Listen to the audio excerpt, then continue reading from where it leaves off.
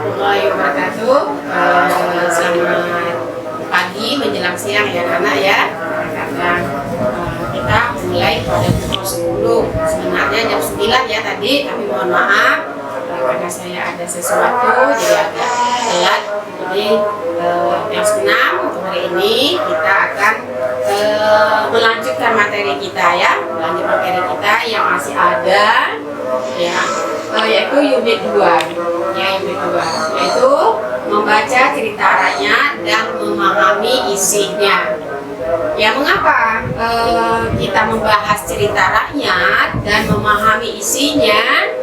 Ya mungkin sesuai dengan perkembangan zaman ya anak-anak, kalian tentang cerita atau sejarah itu untuk anak-anak sekarang ini luar biasa tidak mengetahui sama sekali ya, seperti mendongeng, fabel, ini anak-anak sekarang itu banyak yang tidak mengetahuinya. Jadi untuk itu materi kita kali ini kita akan membahas apa itu cerita rakyat dan apa isi yang terdapat di dalam cerita rakyat. Ya tahunya anak sekarang kan nonton sinetron ya, terus drama-drama Korea yang sudah membumi di Indonesia ini ya. Dari anak-anak sampai ibu-ibu semuanya lebih mengenal cerita Korea dibandingkan cerita rakyat. Ya, mengapa kita harus membahas cerita rakyat? Karena banyak ya hal-hal yang disampaikan. Ya, nilai keteladanannya, nilai pendidikannya, ya. Jadi amanat yang disampaikan dalam cerita rakyat itu sangat luar biasa bagi kehidupan kita dibandingkan dengan cerita-cerita sinetron ya di televisi, ya apalagi drama Korea yang membuat kita lebih tinggi memandang dunia ini, siapa yang mau kaya. Jadi anak-anak sekarang itu dia nggak tahu bagaimana keberadaan orang tuanya, yang penting harus ada. Nah inilah nilai yang sudah harus dibuang dari benak anak-anak generasi sekarang. Kenapa? Anak-anak sekarang tidak tahu susahnya orang tua bagaimana, dia tidak tahu. Yang penting harus ada, keinginannya harus terpenuhi. Itu tadi karena pengaruh tontonan yang sifatnya tidak mendidik, yang sifatnya lebih kepada materi. Ya itu.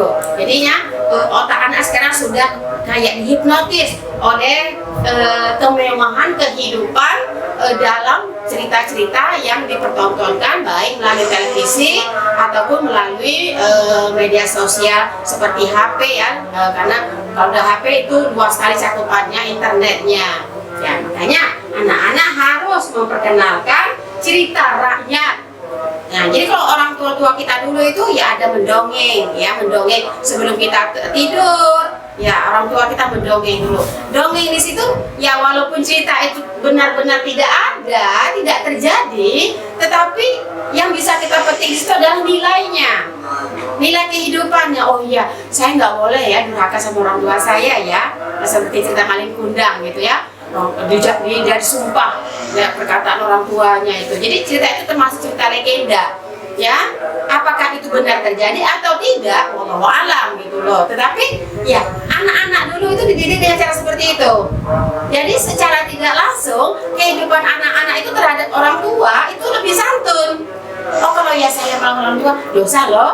Nah, ya kalau saya tidak menyahut atau menjawab panggilan orang tua saya dosa loh. Jadi anak-anak dulu itu dibiasakan, dididik karakternya itu supaya lebih menghargai orang lain, terutama dirinya kepada orang tuanya. Nah jadi dulu ya kalau disuruh orang tua kita cepet-cepet mau membantah itu takut sekali. Ya ini ya yang harus kita tanamkan ke anak-anak sekarang, karena nilai-nilai moral anak-anak sekarang sih sudah mulai terkikis ya akibat dari pengaruh-pengaruh tontonan yang sifatnya itu tidak mendidik ya. Nah jadi apa saja yang dikatakan cerita rakyat itu? Cerita rakyat itu adalah cerita dalam masyarakat ya, yang disampaikan dari mulut ke mulut. Jadi makanya cerita rakyat itu tidak ada pengarangnya ya, anonim. Jadi cerita rakyat ini sifatnya anonim. Anonim itu mengapa? Tidak diketahui pengarangnya. Jadi anonim itu, ya anonim ya anak ya, itu kita tidak mengetahui Tetapi siapa penulisnya, siapa pengarangnya, mengapa? Karena sifat cerita rakyat itu adalah dari mulut ke mulut. Jadi sifatnya lisan. Ya, makanya sekarang itu dikembangkan cerita yang dari mulut ke mulut itu tadi dituangkan dalam bentuk tulisan. Mengapa dituangkan dalam bentuk tulisan? Supaya bisa dibaca oleh generasi sekarang. Nah, jadi cerita rakyat itu adalah cerita yang berasal dari suatu masyarakat yang mengisahkan tentang kehidupan baik yang terjadi pada masa lalu, masa sekarang, dan masa yang akan datang. Nah, jadi cerita rakyat ini bermacam-macam ragam, ya. Ada mengenai tentang cerita dewa, ya, tentang hewan, ya, yang kalau hewan itu namanya cerita fabel, ya. Yang kalau cerita hewan ini adalah cerita fabel. Nah, di situ yang memainkan tokoh adalah hewan-hewan. Hewan-hewan ini diumpamakan itulah manusia, ya. Kehidupan manusia itu ya digambarkan melalui kisah-kisah yang dijadikan tokohnya adalah hewan. Karena apa? Supaya cerita itu menarik, ada daya tariknya kepada anak didik, ya. Nah, jadi sebenarnya pesan moral itu adalah kepada manusia itu sendiri. Ya, ada buaya dan kancil. Ya, mengapa ada sang buaya dan kancil? Kancil ini diibaratkan cerdik. Buaya ini bisa ditipu daya oleh sang kancil. Walaupun buaya ini orang yang punya kekuatan, hewan yang sangat kuat, hewan yang sangat ganas, ya, tapi bisa ditakluk oleh kancil. Nah, jadi bagaimanapun ya manusia itu punya kedudukan, kekuatan, tetapi kalau kita bijak menyingkapinya, dia akan kalah, dia akan tunduk, dia akan patuh. Ya, jadi makanya manusia itu diberikan akal supaya manusia itu bisa berpikir. Beda dengan hewan. Hewan kan dia tidak memiliki otak, tapi dia punya insting. Tapi karena dia tidak punya otak, inilah hewan itu kan dia tidak bisa berpikir seperti manusia. Ya, walaupun dia makan, ya dia tidur, dia berkembang biak sama dengan manusia, tapi pola pikirnya berbeda dengan manusia karena kedudukan manusia lebih mulia dibandingkan makhluk yang lainnya. Ya, mengapa? Karena kita diberikan akal pikiran untuk bisa membedakan baik dan buruk. Nah, cobalah kamu lihat hewan, anjing saja kan, kencing aja depan orang banyak dia nggak malu. Cih, katanya kan di pagar-pagar orang, di mobil-mobil orang. Kucing begitu juga, ya, sebarangan aja dia mau buang kotorannya itu, tapi dia punya adab. Buang kotorannya itu dia ditimbuskan, ya. Kalau kita bersihkan dengan air, ya. Nah, kucing itu dia ditimbuskan. Mengapa? Supaya menghilang jejaknya. Nah, jadi dia diberikan kelebihan hewan-hewan ini pada masing-masing hewan, ya. Jadi tapi kita ambil yang baiknya dari hewan tersebut karena kita sebagai manusia diberikan akal, ya kita ambil yang baiknya, kita buang yang buruknya, gitu loh. Nah, kucing kan kalau nggak mau ngambil ikan, malu-malu kan ada tuannya.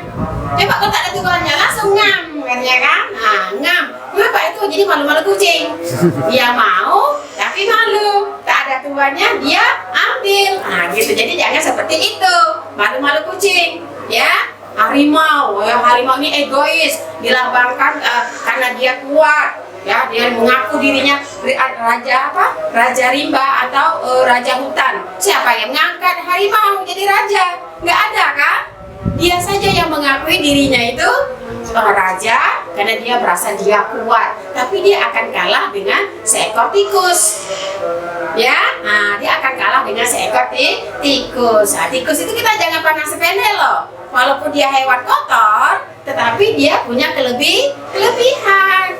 Nah, karena sang tikus ini pernah dibantu oleh harimau, terus harimau ini terperangkap dalam perangkap pemburu, akhirnya dia masuk dalam sumur yang dalam sehingga dia tidak bisa naik ke atas, ya karena dia masuk dalam jaring, ya, dia diperangkap dalam jaring.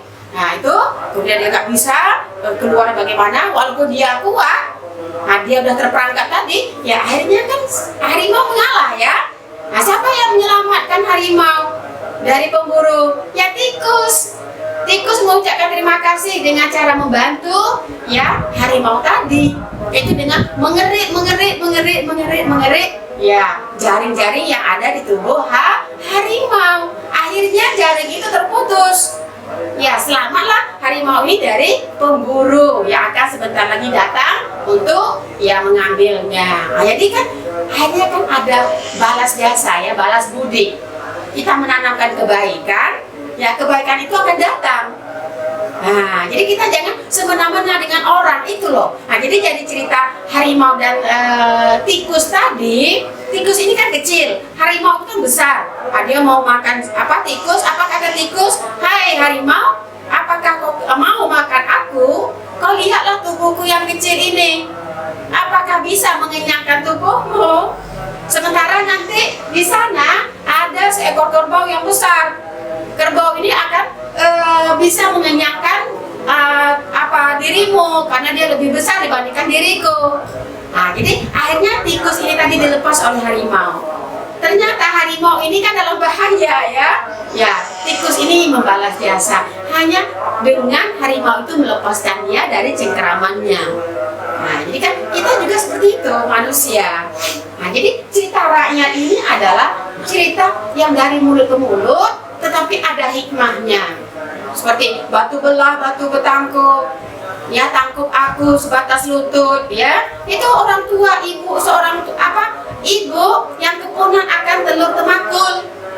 Ya, anaknya itu memakan telur temakul yang disimpan oleh kakaknya itu sampai habis. Itu tadi kan setan ya, nafsu. Anak kecil ini tadi adalah gambaran setan yang sudah dikasih, ternyata dia masih juga tidak puas dengan telur temakul tadi, sehingga jatah ibunya itu dimakan. Jadi akhirnya ibunya kecewa, patah hati, putus asa. Ini melambangkan orang tua yang mudah pesimis, ya, yang tidak punya iman. Kenapa? Dia memanggil batu, dia pergi ke hutan, dia berlari-lari, memanggil batu belah, batu bertangkup, batu belah, batu bertangkup, tangkup aku sebatas lutut, anak aku makan telur temakul, katanya bilang gitu kan. Dia pergi ke hutan. Kan kalau zaman dulu itu apapun yang kita panggil itu akan datang. Ya, beda zaman sekarang ya, karena sudah canggih, manusia sudah tidak percaya lagi terhadap tahayul. Tapi kalau zaman dulu itu hewan katanya bisa berbicara, ya. Nah, itu tapi namanya cerita ya, benar atau tidaknya itu ya wallahu alam ya. Tapi kita ambil hikmahnya, inti dari cerita itu apa. Nah, jadi dia batu belah itu kan setan, tempat jin. Jadi batu itu terbuka, ya. Masuk ibu itu di dalam batu belah itu. Batu belah, batu bertangkup, tangkup aku sebatas lutut. Ya, masuk dia, ya tangkupnya sebatas lutut. Nah, panggil lagi dia, batu belah, batu bertangkup, tangkup aku sebatas pinggang.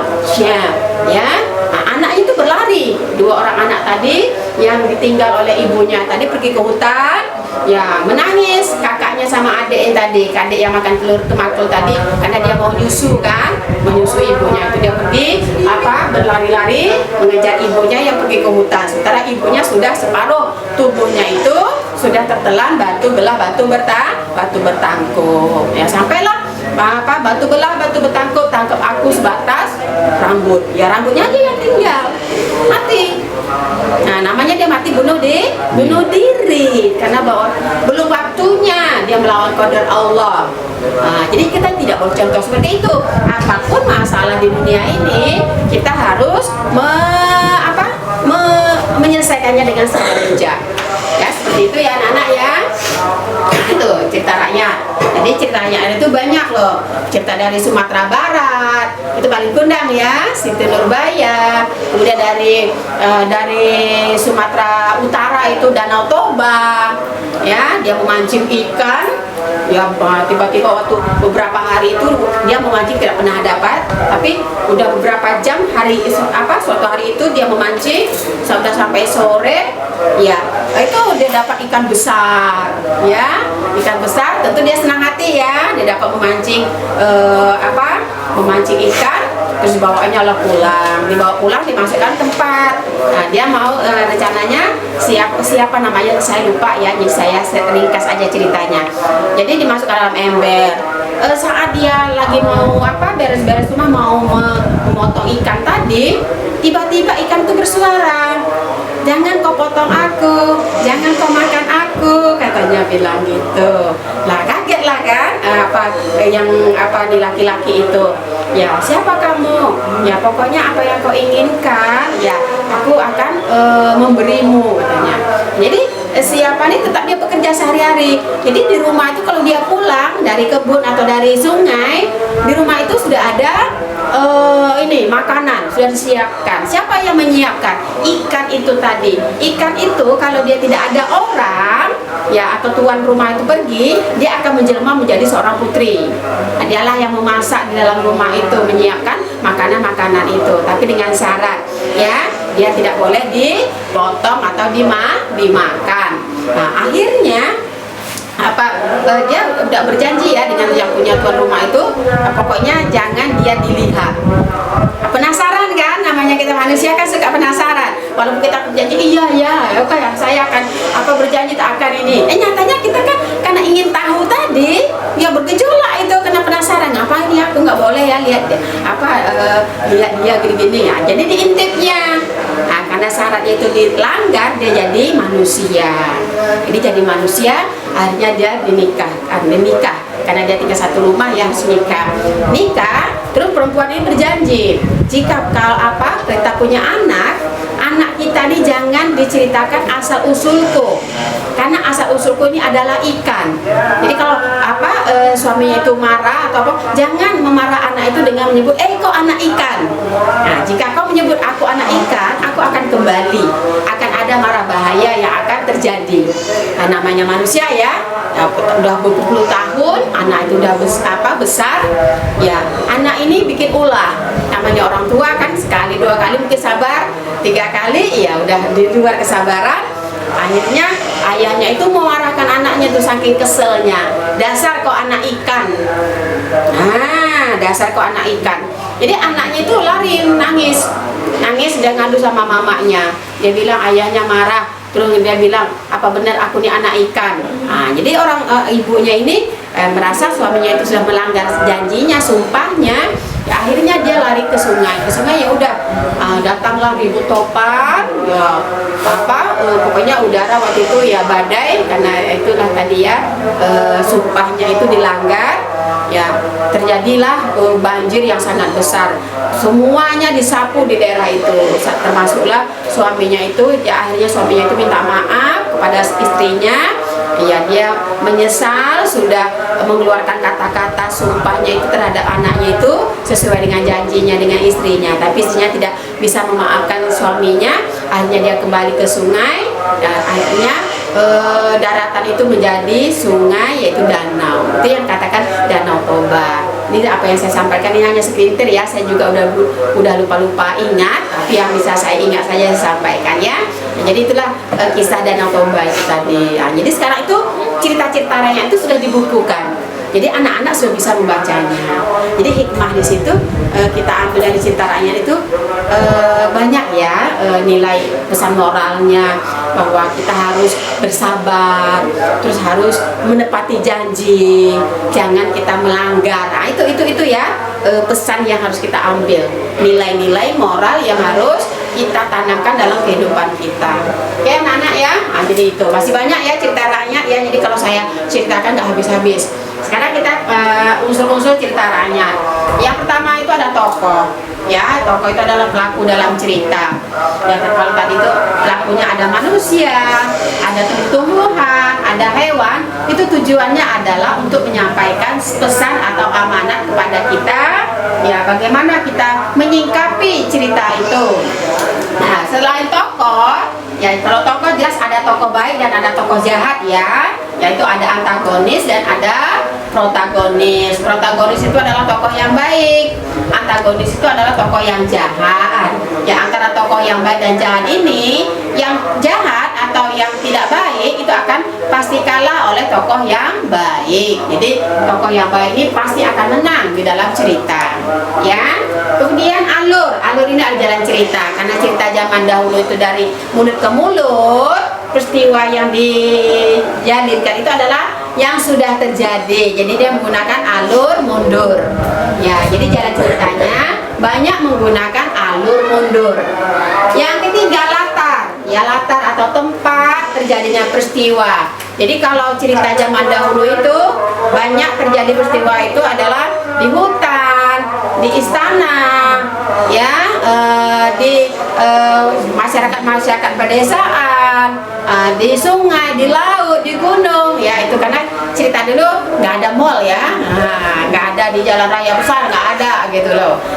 Di rumah apa tuh nggak ada. Dulu tuh hanya ada istana raja ya, istana raja. Nah, jadi ceritanya itu adalah tempat atau terjadinya peristiwa, baik di rumah, di sekolah, di rumah sakit, di jalan, di hutan. Nah, karena cerita dulu itu ya pembangunan kan tidak seperti sekarang ya, lebih banyak pada istana karena sifatnya kerajaan. Terus masih lebih fokus pada cerita dewa dewi ya, jadi ceritanya itu banyak terjadi di hutan ya. Nah, kemudian tema pokok pikiran dalam cerita, temanya apa? Banyak temanya. Apakah temanya tentang pendidikan, tentang agama, tentang masyarakat, tentang budaya? Nah, itu semuanya dijadikan satu momen di dalam tema. Jadi tema itu adalah pokok pikiran dalam cerita. Kira-kira cerita ini mengarah kepada keagamaan kah, kepada budaya kah, kepada sosial kehidupan politik manusianya itu kah? Nah, kemudian amanat. Nah, itu pesan yang disampaikan oleh pengarang kepada pembaca. Cerita yang ditampilkan atau cerita yang kita baca itu ada pesan, baik yang secara tersurat maupun secara tersirat. Nah, ini ya untuk unsur-unsur cerita rakyat. Kemudian fungsi cerita rakyat, fungsinya apa? Yang pertama itu adalah sarana pendidikan. Yang kedua sarana hiburan ya, selanjutnya sarana pendidikan. Cerita rakyat ini juga sebagai hiburan. Jadi kita merasa terhibur loh, baca cerita rakyat itu nggak bosan loh ya. Nah, karena ceritanya itu ya saling berurutan, saling berangkaian. Ya, siapa yang pernah baca cerita Abu Nawas ya, 1001 Malam, itu bagus loh. Jadi kalau kita banyak membaca cerita rakyat, otomatis ya kebaikan-kebaikan, nilai keteladanan dari cerita itu bisa kita terapkan dalam kehidupan. Kecerdikan Abu Nawas ya, itu bagaimana kita menghadapi orang besar. Yang Abu Nawas yang nggak punya apa-apa, yang nggak sekolah tinggi, tapi dia pintar. Nah, jadi dia bisa menyelamatkan dirinya dan keluarganya serta orang yang ada sekitarnya dari cengkraman, dari kekejaman sang raja. Dan raja ini akan takluk di bawah Abu Nawas. Nah, jadi kita lihat, jadi nilai apanya itu ya, nilai pendidikannya itu dalam cerita rakyat itu sangat mendalam ya, karena berhubungan dengan diri kita.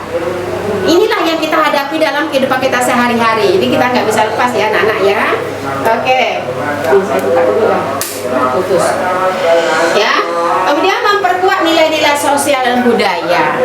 Nah, jadi kalau kalian baca buku cerita rakyat Sumatera Barat, cerita dari Sumatera Utara, dari ya, batu bertanggup itu dari mana? Dari Riau kan? Nah, kalau Riau Kepulauan itu saya kurang tahu juga ya, cerita rakyatnya cerita apa ya. Pulau Bintan ya, terjadinya Pulau Batam, terjadinya Nongsa ya kan. Nah, itu ada sejarahnya ya. Jadi itu cerita rakyat dari mulut ke mulut. Nongsa, Nong dan Isa, Nong Isa kan. Nah, itu katanya ya, nama Nongsa itu diambil dari orang dulu yang tinggal di sana yang bernama Isa, tapi dipanggil karena dia bahasa Melayu Nong. Nong Isa itu adalah kedudukannya untuk orang yang lebih dihormati, disegani di suatu daerah tersebut. Nah, jadi mungkin ada katanya kuburan Nong Isa itu, makanya dipanggil sekaligus Nongsa. Sejarah jodoh itu juga ya ada. Nah, itu. Jadi kita harus tahu cerita rakyat dari suatu daerah, walaupun tidak banyak tapi sedikit banyak harus tahu, harus dibaca. Tuh di sekolah saya tuh banyak loh buku-buku cerita rakyat, baik untuk SD maupun SMP itu banyak. Nanti insya Allah kalau nanti saya pinjam boleh kalian baca ya. Dan anak ya. tadi sebagai sarana pendidikan, sebagai sarana hiburan, memperkuat nilai-nilai sosial dan budaya dalam masyarakat. Nah, jadi inilah fungsi dari cerita rakyat. Jadi kesimpulannya, saya mau tanya sama Salman. Kira-kira cerita rakyat itu apa, Salman? Apa Salman? Kira-kira menurut Salman cerita rakyat itu apa? Hah? Kira-kira apa cerita rakyat? Hah? Oke ya, jadi kalian kalau nggak bisa jawab sekarang nggak apa-apa, tapi dibaca dulu bukunya, ya dipahami. Oke anak-anak ya, sebagai tugas kalian kan punya modul itu, ya. Kalian modulnya situ adalah, ini Bima kerang yang sabar. Ya, Bima ini adalah seekor kerang yang hidup berdua dengan ibunya di dasar laut yang penuh dengan terumbu karang. Nah, coba kalian nanti ya sebagai tugasnya, kerjakan halaman 41. Ya, halaman 41. Di situ ada 5 pertanyaan. Siapa saja tokoh dalam cerita tersebut? Di mana peristiwa itu terjadi? Mengapa Bima bersedih? Apa yang dilakukan Ibu Bima untuk menghibur anaknya? Yang kelima, apa pesan atau amanat dalam cerita tersebut? Jadi untuk menjawab pertanyaan ini, ya anak-anak semuanya harus membaca cerita Bima Kerang yang Sabar, ya, yaitu pada halaman 38, 39, 40 dan 41. Dan pada halaman 41 itu ada pertanyaan yang perlu kalian jawab. Ya, sebagai tugas ya Nana ya. Nanti kalian kirimkan ke Mbak Yesi atau sama Umi Ita. Oke? Ya, tugasnya. Jadi pertanyaannya nggak perlu ditulis, tapi cukup jawabannya.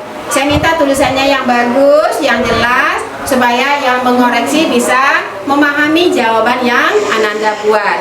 Oke, itu saja harapan saya. Mudah-mudahan kalian menjadi anak yang gemar membaca, karena makin banyak kita membaca akan menambah wawasan kita dan banyak nilai-nilai yang bisa kita ambil dari sana, yaitu apakah nilai pendidikan, nilai hiburan, nilai sosial budaya ya.